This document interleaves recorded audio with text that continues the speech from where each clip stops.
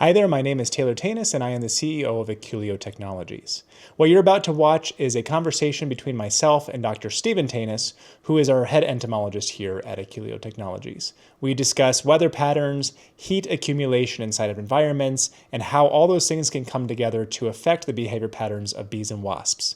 If you have any questions about what you see or any of our devices, please reach out to us. We're available all the time, and enjoy.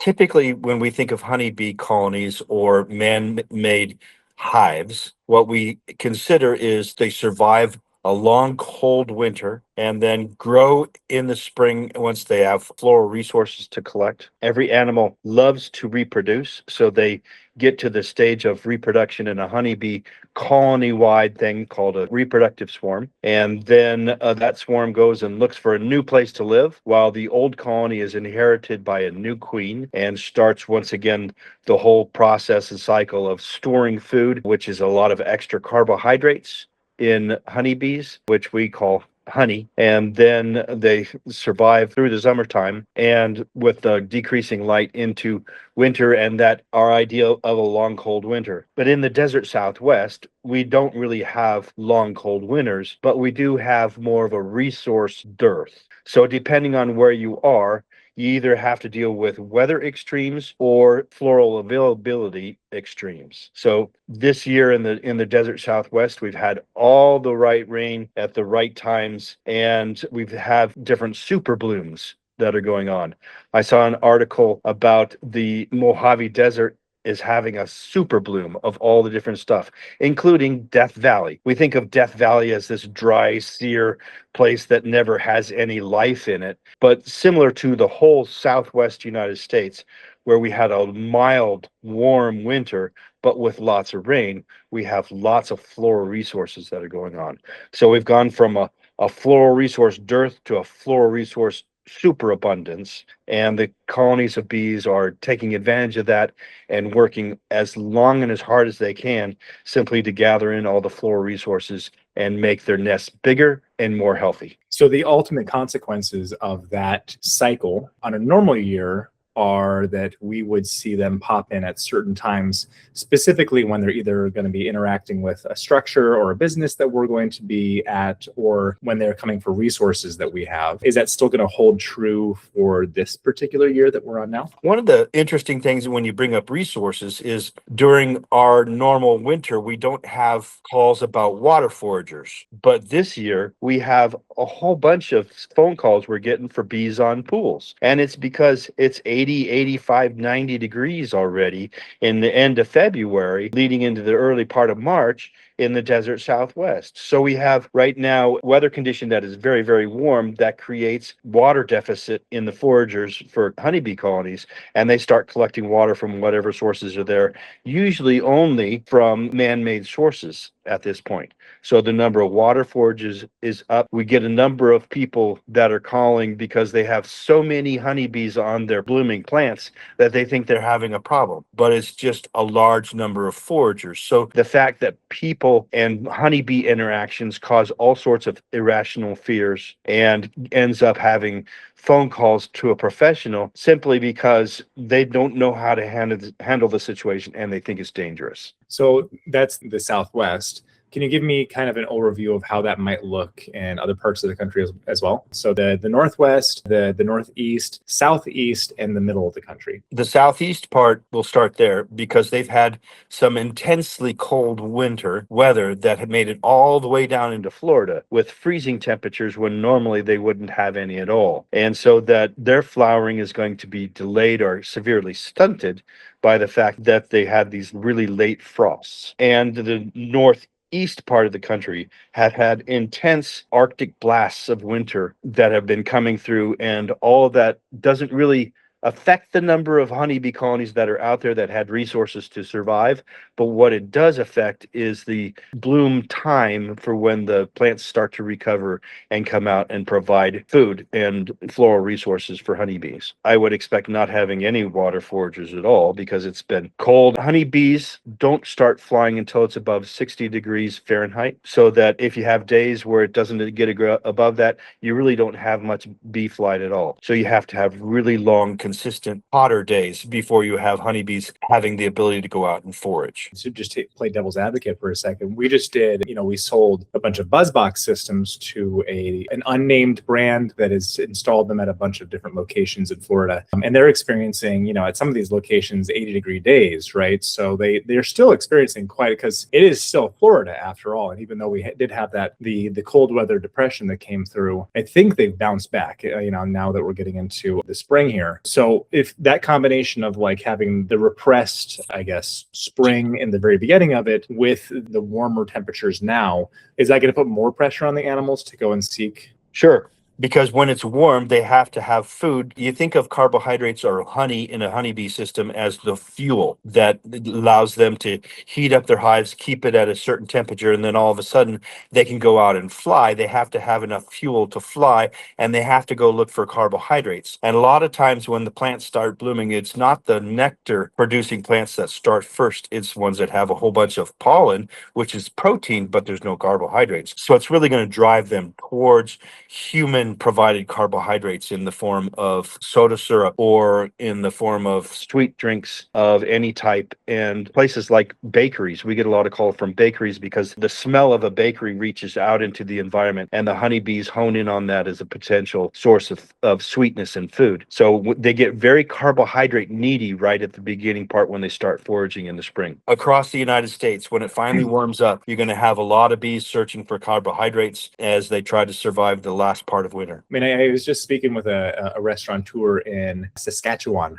up in Canada, and he was telling me about the issue that they have with foraging wasps at the very end of summertime. And that aligns with exactly what we would imagine as the normal cycle for carbohydrate foraging wasps, right? So right. It happens with all of the environments. It just depends on when and how long it lasts. In the southern part of the United States, it's going to be a much more extended season. It's going to start earlier. It's going to end much later. And then as you get up further in the continent, you're going to obviously have, larger cold cycles that are going to keep things delayed and then shut it down very fast once they start coming in. Yes. So that you can't really go a lot of times on a regional basis because you have the effect of large bodies of water, which keep things warm or more consistent temperature, and then the colder interior. So you can make generalizations, but really it's watching for certain cues in the environment that happen so that you can know what's coming up and how the bees and wasps are going to respond given those set of cues. So there's always a set of hungry bees that happens right as soon as it warms up in whatever you call spring in your part of the world, whether it's coming out of a long cold winter or whether it's coming out of the floral dearth that happens in the Southwest. Would that also be true of most vespids? There's obviously a lot of biological differences between most wasps and hornets and bees, but there's also a lot of biological crossover. The Venn diagram has a lot of the middle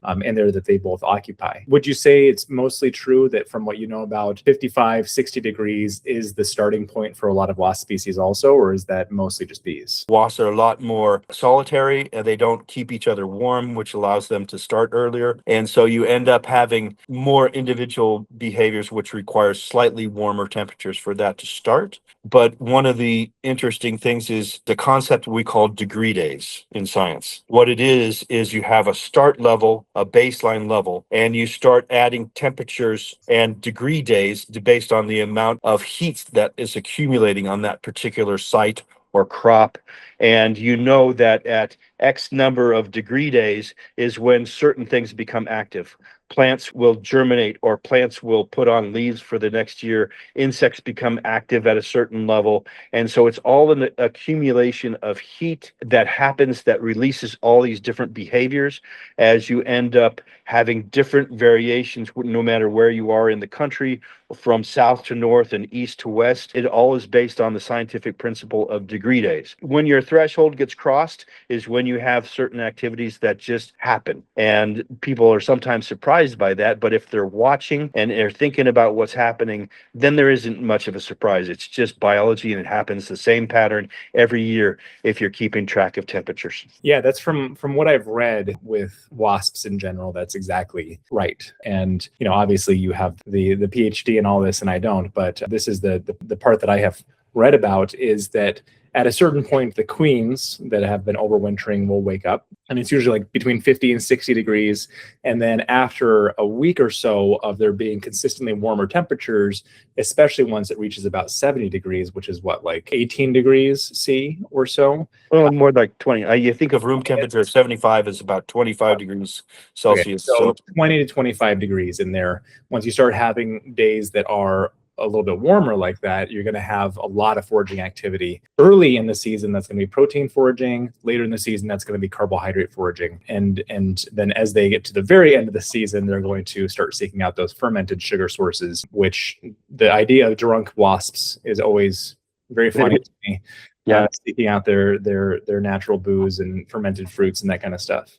Well, I had a whole bunch of paper wasps the other day, and in town in Tucson, we reached the temperature that made enough thermal deposition for the paper wasps to break their winter cluster and start making new nests. And I got a call from this house that was an emergency call because in this particular place they were all overwintering in the vents of the house, and some of them went up to go into the outside, but a lot of them came down through the vents to the inside of the house. Yeah. And then when I went through and cleaned out the house and the vents and everything, all of a sudden there was 32 brand new nests of queens that were starting again the whole next year, making new nests and going to just different. They didn't disperse very far. Yeah. They just went to different parts of the eaves. They were kind of spread out. I could walk 3 or 4 steps and look, and there'd be another nest. So that any of the wasps in that particular area have all broken their winter diapause, and now they're active and making their nests and starting out.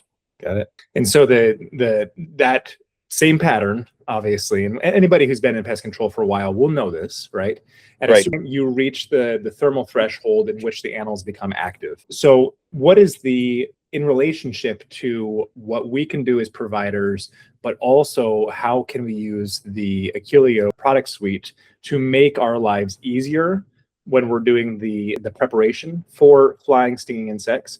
And also, what can we do that is going to not only protect our customers more, but is going to provide a more stable source of income, despite the fact that we're going through these biological markers? Can you just speak to those different things and how our product suite kind of relates to that? Sure. One of the calls I got this week was panicked from a customer because they were getting honeybee foragers, which are scout bees, that were coming down all our vents and into their house. So that what was going on was that there's a swarm nearby that's throwing out a whole bunch of scout bees that are checking out all the cavities, and they were kind of zoning in on this one particular house. And they had bees coming out of all their can lights and vents. And if they would have had scout stop right there, they would not have had any of those scouts coming in their house. They would have the scouts getting caught in the particular arrangement of that trap, and they would not have been taking any of that information back to the swarm, and the swarm would have gone in a different direction and not bothered this particular client. So that you have scout stop, which is particularly effective at this time of year. And like I mentioned, it's so warm that the honeybees are collecting water. Now, part of the reason why it might be is that honey, as a supersaturated sugar, crystallizes over the wintertime. And so to get it back into a nice liquid form, they have to add water back in. So they could be collecting a lot of water simply to mobilize the honey into a liquid form and then consume it to have the colony function that way. It's not quite warm enough for them to worry about overheating in their nests yet, because the nighttime temperatures are still pretty cold. And so that there's other biological uses that they gather water for. So we have water foragers that are happening, and you can solve that by using the repellent of Buzz Hero, because honeybees operate on a positive feedback loop. If they go to a pool and they get repelled from it, they're going to just move to a different pool. And honeybee water foragers are extremely specific on where they land and where they collect water from. So if you can get them there to change their behavior, then they're going to switch to a different water source and away from the one that's on your property. Before we move on, so I just want to talk about those two things. So you mentioned already Scout Stop and then Buzz Hero. So Scout Stop, if you were to go in and, if you were selling Scout Stop as somebody who was just adopting it inside their company, what are the main things so what would you look for as far as a client that is a likely person to say yes, who could actually use the product? And what would you actually try to convey to the client as you were speaking with them that would help them understand why it is that it's necessary for them to get the product, the coverage? A lot of pest control operators have long established relationships with their customers, and they know the ones that have had bee problems in the past. And those are the perfect people to have Scout Stop with. You've solved the problem, they're currently bee free, but people who have had bees in the past are the most likely to get problems once again in the future. So that you, by installing Scout Stop, you will end up having the system protect their house from having additional problems, which then over time the likelihood will fade. So the technology works better and better and better the longer that it's established on a particular house. You have other people that are just simply paranoid of bees. To have a conversation with your client and say, hey, look, I know we've had, conversations in the past and you're scared of bees. We can stop that from happening in and around your house. The Buzz Hero also works in a lot of different ways to repel things to happening. You can have, with the proper knowledge, where to put a residual treatment so that people would have a lot less chance of having wasp nests get established and the variety of things that happen there. So there's a different set of insects, stinging insects, that are causing problems in different ways on all the different houses. And so it's a process of becoming much more educated about the insects that a particular house has and has history of, and then designing a system. If you don't know how to do it, give Aculeo a call, because we can custom design systems that'll prevent this from any of your clients' houses. When you talk about using, Buzz Hero in conjunction with the rest of the system, and this is one of the things, by the way, that I always try to convey to the pest control operators that I speak to, that all of the products are really meant to be used together, right? These are things that, it's a lot easier to be like, hey, would you like bee coverage on your house? It's going to cost X amount of dollars per month, and you would consistently pay that, and we will consistently provide the necessary tools that stop the infestations, stop the foraging behavior, stop the things before they even begin, right? I will come in and make sure that at a certain time of year, there's already Scout Stop on the house. I will make sure that at a certain time of year, there's a buzz box on your house or your property or your business that really will reduce the visitation to begin with. But when you're talking about, I mentioned a little while ago, Buzz Hero causing a repellency that's going to cause an animal to not want to come to your water source anymore. Is that something that immediately takes hold, or does that need kind of a training process? What's the length of time, and how, what can the provider and the person whose house it is, what can they do with Buzz Hero under what length of time to actually fix the problem? Yeah, one of the interesting things about in most PCO's mind with bee control is a one-time service. They have a bee problem that happens and they go and have reactive bee control and solve that problem and say to the customer, it's good. Some of them might do some house exclusion, which is a whole nother layer of protection. But what we recommend is you just become educated in all the tools that Aculeo provides, and then you can layer them in at different times and different rings of protection, and actually have a system that goes from a one-time service to a year-round reoccurring service, and increases your bottom line simply by offering additional things to your clients or additional technologies to clients who have bees and wasp problems consistently. Now, the Buzz Hero is a very unique product.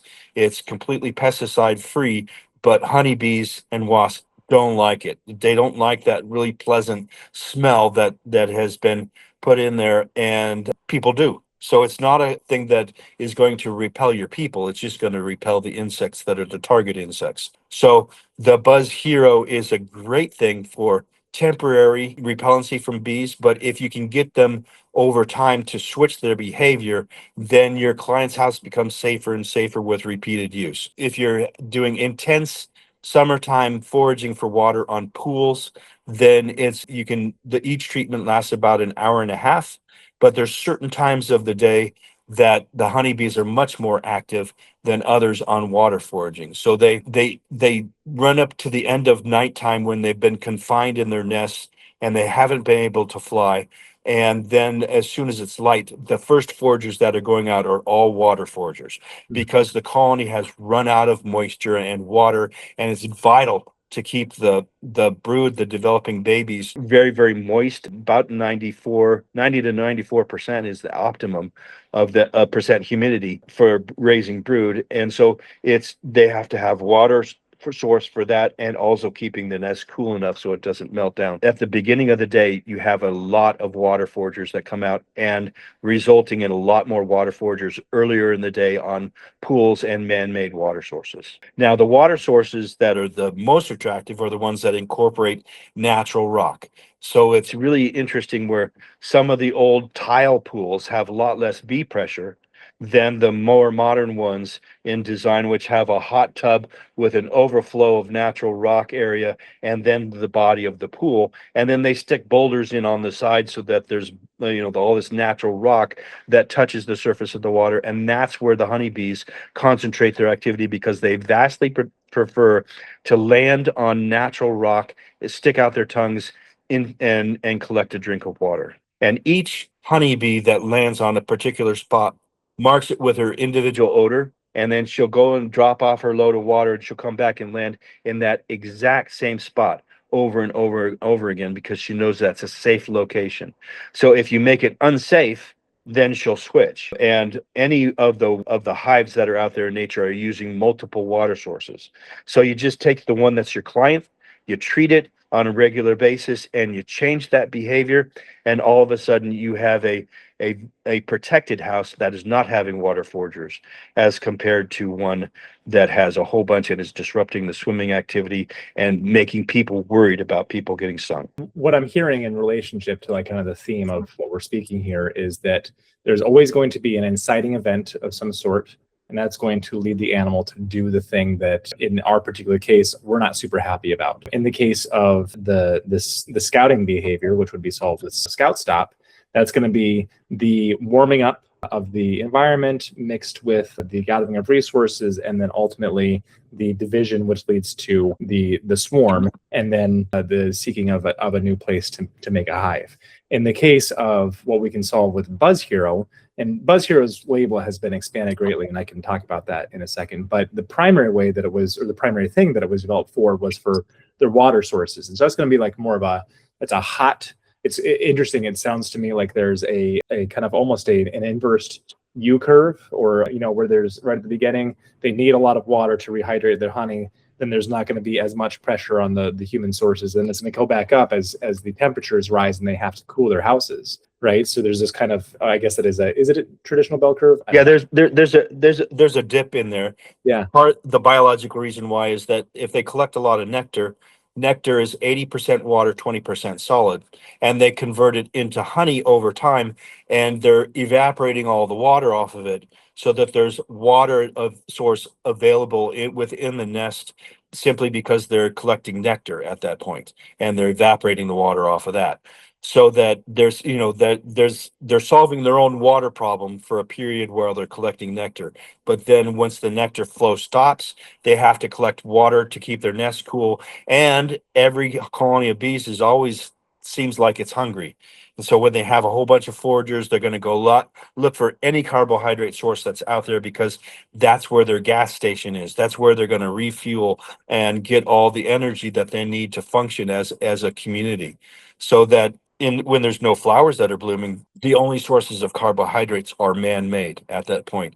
You have all the open air restaurants, you have all the different soda shops, you have the different places in the human environment where we're providing them with sugar.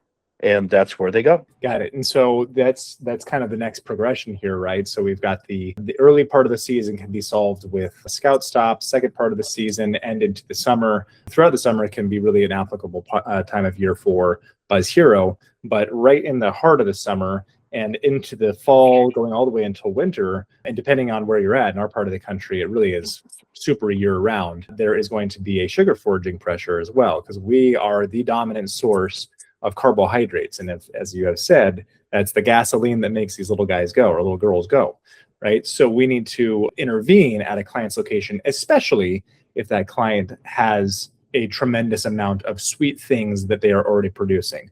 So if it's a business of any sort that has to do with food, it's very likely that they're going to have at least some foraging activity, or at least bees seeking to find out the source of a smell of a sweet thing. Can you talk about what pressures, what the couple months will look like prior to the time when you would need to use buzz boxes so that people can understand what's going to biologically be an indicator of what they would need to do in order to predict the use of that? Sure. Any drought period, the plants respond by not making blossoms. I mean, the first thing that they don't do, they're not going to stop any plant growth, but what they're going to stop is any of the blooming activity that's happening. And so any drought that happens really promotes sugar foraging into human environments.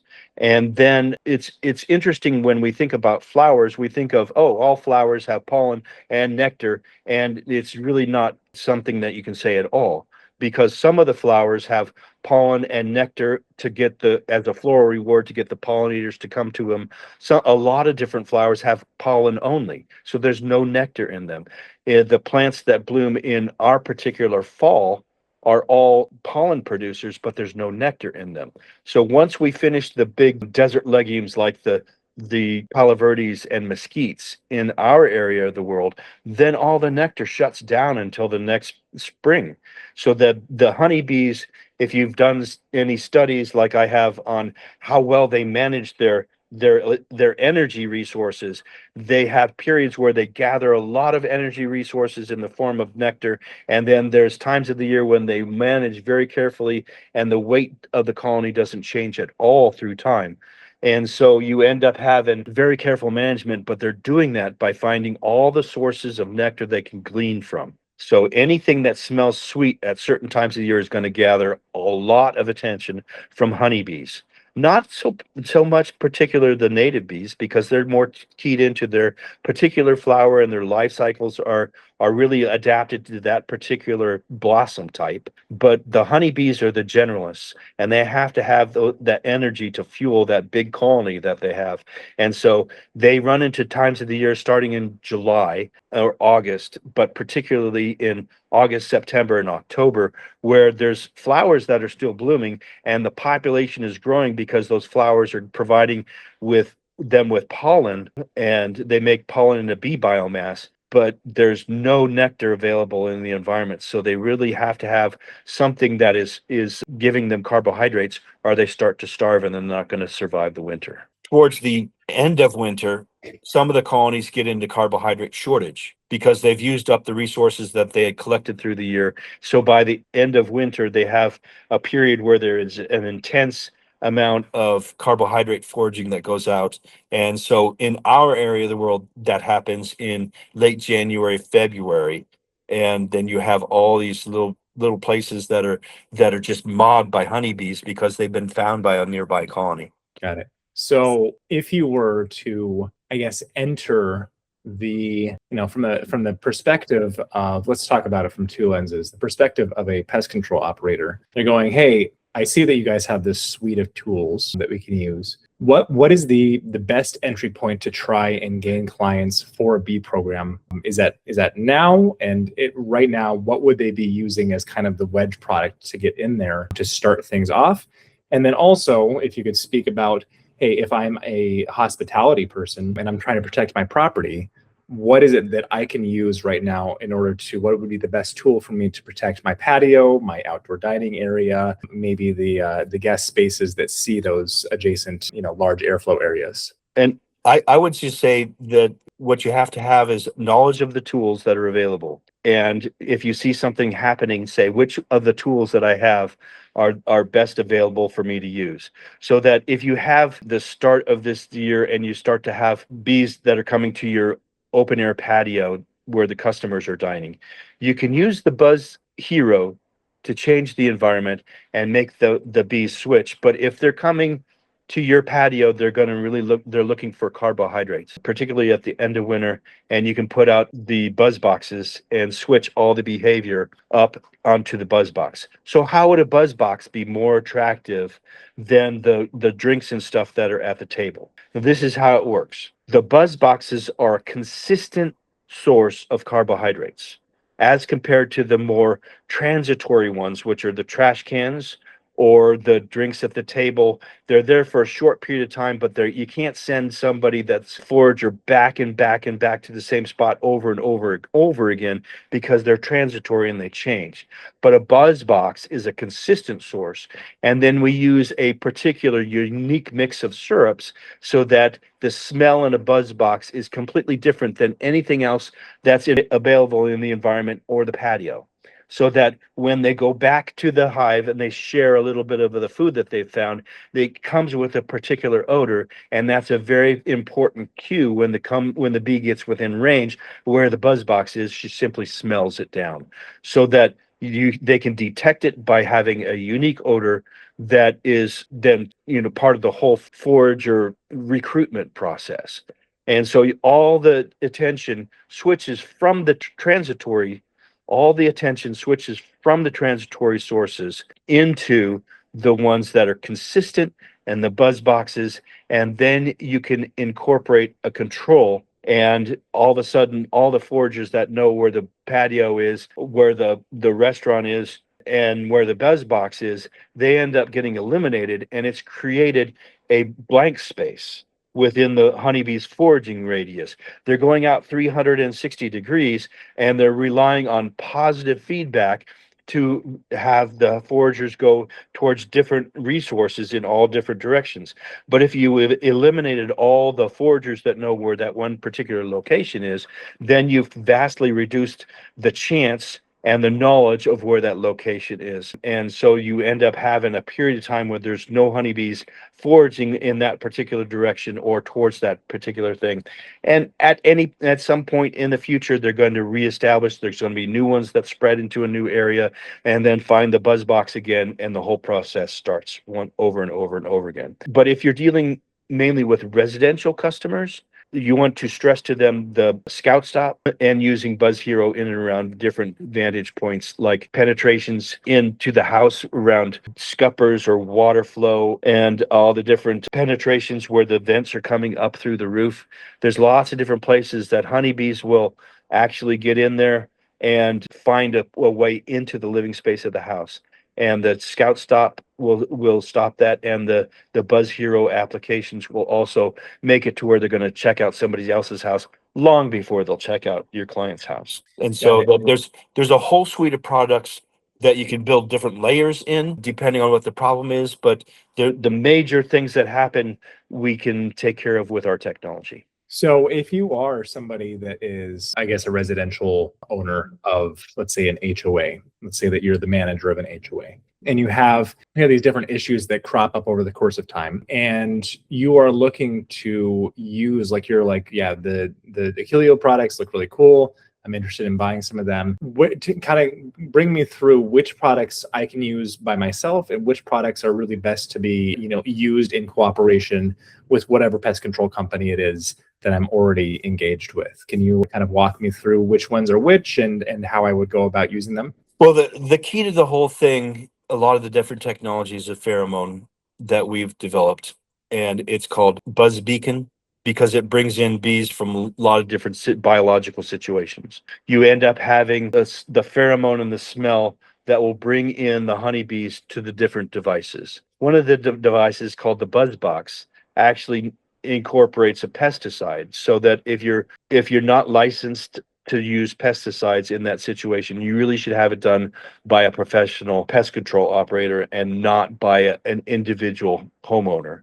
But the other ones are all pesticide free, so that anybody can use Scout Stop, anybody can use Buzz Hero, and in any situation, we can create a program for any client that pops up, whether you're a homeowner association manager, whether you're an individual homeowner, whether you're a business owner, whether you have a large area of land, a small little parcel of land, all the different situations that happen, we have a solution for the bee problems that occur in that area. The closer you are to rivers or waterways, like washes in the Southwest, the more problem you have with honeybee swarms moving in, because they use those like we use roadways. They keep track of them where they're moving. They follow the river courses, and then they look for houses to move into and properties off that particular roadway. So they're very much coordinated with where the water runs, the bees fly, and then problems happen around that. So that there's certain areas within a city that are much more vulnerable than other sections of land. And another factor is whether you have any hives nearby that are really close in proximity. Because if you don't have any hives nearby, you're not going to have the bigger chance of having all these foraging bees causing problems. But sometimes what we find is that there's a colony of bees that's just right across the street or in your neighbor's house, and they've left them there because they think all honeybees are good. But it's simply not the truth. I mean, the honeybees can be a pest just like any other type of pest that occurs. And honeybees actually can harm people because they have stingers and are defensive of their homes once they get really, really well established. So it depends on if you have a colony nearby and you have consistent problems, it's probably worth your time to have somebody go look for it using a process called beelining, or simply, spending the time and walking and looking until they learn how different things are done. But one of the easy ways to learn how to beeline is to simply watch water foragers leave a pool or a source of water, because they fly off in the compass direction of their nest and then they come back and land in the same spot, so that you can watch the same bee over and over again. And there's actually a formula, if you mark the bee and time it, that you could get a distance type of information, and compass direction and distance, and you can usually find the nest pretty fast. So that there's scientific ways of finding where the bees are, but the cities in the Southwest have become just overcrowded with the colonies of honeybees, and they're just all over the place. So really what you got to think of is protecting your own property and using different technologies to do so. And call us up. We'll give you a good idea of what we can do for you. Yeah, very cool. So if we were to, one of the advantages that I know about the buzz box system in general is, from the perspective of a pest control operator, oftentimes, like you were saying, you can't really get to your client's problem, right? That honeybee hive will be on somebody else's property. Maybe it's in some sort of, publicly owned land, or maybe it's in a neighbor's house who either refuses or can't take care of it for whatever reason. Can you speak to why it is that BuzzBox offers kind of a new solution, and how that can be used by a pest control operator to solve the problems that we couldn't solve before? Let's start out with something that probably most of the pest control operators have run into, and that's honeybees on a hummingbird feeder. So that one of the more common things that we end up getting calls for is bees on hummingbird feeders. And it's simply a thing that there's a honeybee colony in the neighborhood. They're looking for carbohydrates, and they found out there's a good carbohydrate source in these feeders that the people have hung for the hummingbirds. That's an easy situation to start out with. You can switch those bees to a buzz box situation and eliminate them that come to that house for foraging for carbohydrates. The effect of it is amazing, because people are really worried about their hummingbirds and they want to make sure they have food, but the honeybees are really bothering the people and sometimes even stinging them when they change out and work on all the different keeping them clean and full, and for the hummingbirds to come in. They get really concerned when the hummingbirds come, but they can't forage because there's so many honeybees. What you end up doing is putting up buzz boxes in that situation and switching the behavior from the hummingbird feeders, and you can actually use the buzz hero to repel the honeybees from the hummingbird feeders, and that will increase the number of them that switch up to the buzz box and get all the foraging and recruiting there, so that people can keep their hummingbird feeders clear of honeybees. And that's a really concern to a lot of different homeowners. Got it. And so one of the things that I've heard, both of us speak about, and I would like to hear you speak about now, is the idea of kind of like these concentric rings of protection around a particular property that we're trying to concentrate on. Wondering if you can talk about how that would be done on both a residential area, but also on maybe a community, if we were to sell this to an HOA, or if I were to employ this as an HOA. And also, so like the smaller property, restaurant, whatever, all the way to the largest properties. You're thinking about like, the Ritz-Carlton, or, a resort like that, or, a sandals resort or something along those lines. How would somebody start thinking about how to employ the different tools in order to prevent these different ingresses of the animals to a property? Start with the big properties first, like a Ritz-Carlton or a big, large hotel or resort. The problems that we get calls from there are if they have open air patios, big pools, and all of a sudden they have different bees causing problems at different places throughout the year. It's hard for any of the hotel people to get a finger on where the actual bee problem is happening. So you can come in with the Buzz Hero and treat the pools, and it's not going to harm or affect any of the people that are using the pools, and people really appreciate the fact that you're keeping the bees away from the high client areas. But they have usually associated an open bar, which have all the trash cans, and the bees learn where those are. And when they need carbohydrates, they simply go to the local restaurant, just like the people would, so that you can put buzz boxes on the top of the restaurant on the roof and treat the Buzz Hero in the trash cans, and you end up having another layer of protection there against foraging bees.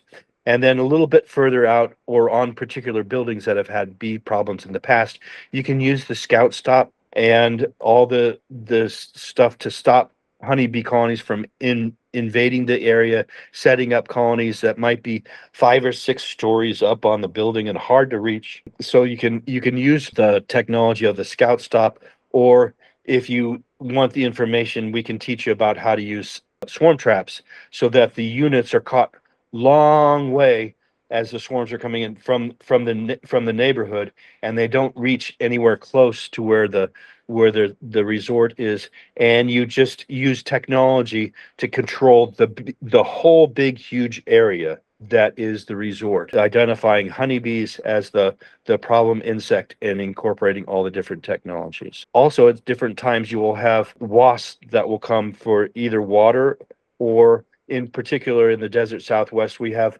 wasps that land on the surface of the water and then float and take a drink. And then that's very concerning to anybody who's in the pool, because all of a sudden they're sharing space with a stinging insect. And the Buzz Hero, since it's natural essential oils, can be used in that situation. And instead of staying on the surface of the water, the wasp actually sinks in and drowns rather than getting a drink of water and going back to its nest. We had a resort here in town where that had literally hundreds and hundreds of bees and wasps on the pool, and a total of 3 treatments with Buzz Hero, and all of a sudden they have none. And they're like, we love this service. And it's simply using technology to an identified problem, and then then saying to them, hey, you have big buildings that can be invaded by bees. We can put up these different traps that actually stop that activity from happening throughout the different times of the year. And all of a sudden we have a $150 to $200 a month client that we add in and we go by once a month. It's an interesting way to transfer people from a one-time wasp service into a reoccurring monthly service. So those are the big areas, and you think the big areas are the hardest to control, but actually in my opinion, they can be the easiest to control because you can build all these concentric layers. If you have only a short or a small piece of land, it becomes harder, because although the technologies can become more concentrated, it's hard to overlap them. There's usually not enough space, so that you can use Scout Stops and Buzz Hero in combination really, really, really effectively, along with the elbow grease, doing the work of sealing up the houses and getting rid of the conditions conducive that would lead to honeybees and wasps moving into that property. Particularly if they have a pool or water source, like a lot of houses do in Arizona, then you can incorporate the Buzz Hero into that situation to solve things. But there's usually not enough space to put all the concentric layers in, and so you kind of end up having treatments on top of treatments to get people protected. But nonetheless, whatever the property size, we have technologies that can solve the problem and can design a system for any individual property. So it almost seems like you could mix Scout Stop with Buzz Hero, or you can mix Buzz Box with Buzz Hero, depending on what the specific situation it is that you're trying to protect. If you're a restaurant, you're probably gain more benefit from having a Buzz Box system, versus if you are a residential area or you own a house, you would probably benefit more from having a Scout Stop system installed on your residence. Right, and then using Buzz Hero with that. I agree that it's it's really a little discreet that way, that if you think in residential, you usually think of Scout Stop with Buzz Hero. And if you have a more commercial property, then it's the buzz boxes with the Buzz Hero. Because the Buzz Hero helps out the buzz boxes a lot by treating the areas you don't want the bees to go to, and then forcing them to look for carbohydrates in other places, and they end up finding the buzz boxes. Got it. Is there any argument to be made for using Scout Stop in conjunction with Buzz Box to enhance maybe an individual elimination effect? Just thinking outside the box here. Just thinking outside the box, if you have an area of a facility that's had bees in the past, like a wall or a wash area or in particular rooms, because on every single building, no matter the size, there's always the few unique places that have the exact environmental conditions that a colony of honeybees is looking for. And they want to move in there and make a nest. If they have an access point at all, they're going to find it and go in there. So that in the desert Southwest, we end up working mostly on the north and east sides of buildings, simply because it's cooler and all the different environmental conditions are less drastic in temperature wise, so that we have areas that are much cooler or shaded by a tree, all the different places. And if you learn enough about it, then you can identify where those spaces are on any building, and then go in and put the Scout Stop there, which would prevent bees from actually causing problems in the most vulnerable areas on a building. And that Got works it. whether it's a resort or a house. So the segmentation of really identifying the specific behavior and trying to either you can intervene with it, but it's a lot easier most of the time to try and prevent these things from occurring to begin with. I mean, all this stuff is really meant to be used as a preventative technique for areas that have experienced issues in the past or could potentially experience an issue in the future, really trying to set it up that way. Just once again, give me, if you could, just really concisely, this environmental factor is what to look for when you are trying to install this product. So just start with Scout Stop, go to BuzzBox, Buzz Hero, and Buzz Beacon, which we have not talked about at all. But Buzz Beacon is both in Scout Stop and BuzzBox to make them work. So just broadly speak about that, if you would. So what happens is that when I work in buildings, the honeybees have very specific environmental cues that they're looking for. Because if they pick a place that's too exposed to the sun, gets too hot, then their nests melt down and it's just a wasted effort and time of establishing one there. So they've learned that over time, and that behavior has been eliminated from their choices. So what they choose is areas that are shaded, that are high, well protected, smaller holes that they can defend easily, and then a large enough cavity behind it so that they can grow over many generations of brood and many years to have a big functional colony of honeybees that are there. So that if you start out with all the environmental factors, this morning I was working on a scupper where the water flows out of a house from a flat roof, and it was, of course, in the corner that was well shaded by a tree. So you look and see where shade hits the structures first, and just walk around, do a survey, and then you look at all the different places where there's penetrations through the wall of the building, and if those two combine, that's the prime space that you're going to have a honeybee colony move into. You can use Scout Stop in those locations and stop those scout bees before they even get in to look at the building and location. A little bit of sealing would help so that you close up that hole, but it's going to be the environmental spot that the honeybees are going to check out first. And if you control them, then they're going to head in a totally the opposite direction. If you want to put some of the repellent in and around on inside the cavity, it makes it a lot less likely that the scouts are going to check it out and be happy. They're going to check it out and go, wow, we don't want to live there at all. But the same thing works for underneath the eaves, because the eaves are usually shaded, and all the different places where you would have birds like woodpeckers, they're going to come in and make holes in your structure. So that's once again, conditions conducive for a honeybee colony to move in is a place where an animal, bird or rodent has made a hole into the structure. And so you look in all those particular spaces. And in the desert Southwest, we have a lot of overlapping roofs that come in at different angles.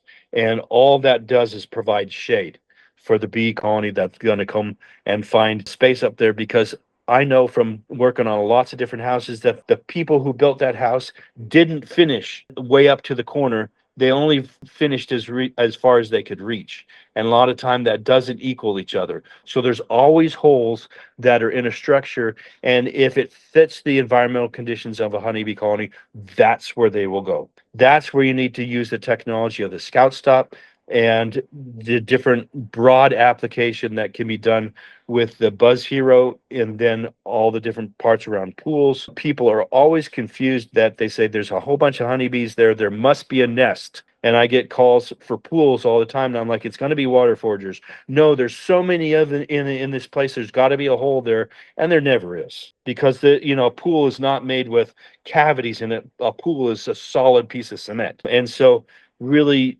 people will call in and believe that they have problems and they have the conditions that are causing problems, but it's going to be one of the foraging type of behaviors that you can change very, very easily. Not too many residential places are going to have a lot of sugar foragers that happen. Maybe in their trash can area, but that's mainly going to be on commercial sites that are more restaurant, sweet drinks type of places, and places that make sugar or sugar containing materials like bakeries, the bottling plants for all the different parts, but also dumps and trash can areas are areas so that if you have a dumpster area, you're going to bring a lot of bees in there, because their human waste has a lot of sugar in it. And then you have honeybees that will find that and get access to it. Just to be clear, when you say human waste, you're talking about our trash. So human garbage has a lot of sugar in it and sugar containing items. And so you will bring in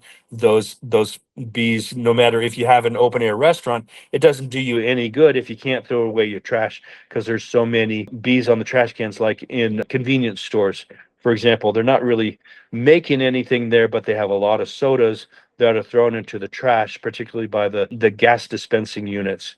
And then you end up having a problem that your clients all of a sudden that stop to get gas can't pump any gas, because they're afraid of all the bees that are there. All these are situations that you can solve with different technologies. Not only is it that we are looking for particular weather and environmental factors as far as where we're at in a year or biological cycles over the course of a season, these are also going to be in combination with environmental factors according to the individual client and according to the individual building that we're looking at, right? So warm weather with a need for sugar is going to obviously create sugar foragers, both bees and wasps. Warm weather with water sources is going to have water foraging associated with it. So as the pest control operator, it's really your job to observe what's going on, take what you know as far as the knowledge that you have, and you can always give us a call and ask us questions. We're more than happy to chat with you guys, but figure out the exact tailored combination of what needs to be done for the particular client. But generally speaking, if it is a residential person, then a little bit of scout stop action and a little bit of Buzz Hero action is going to benefit that client greatly.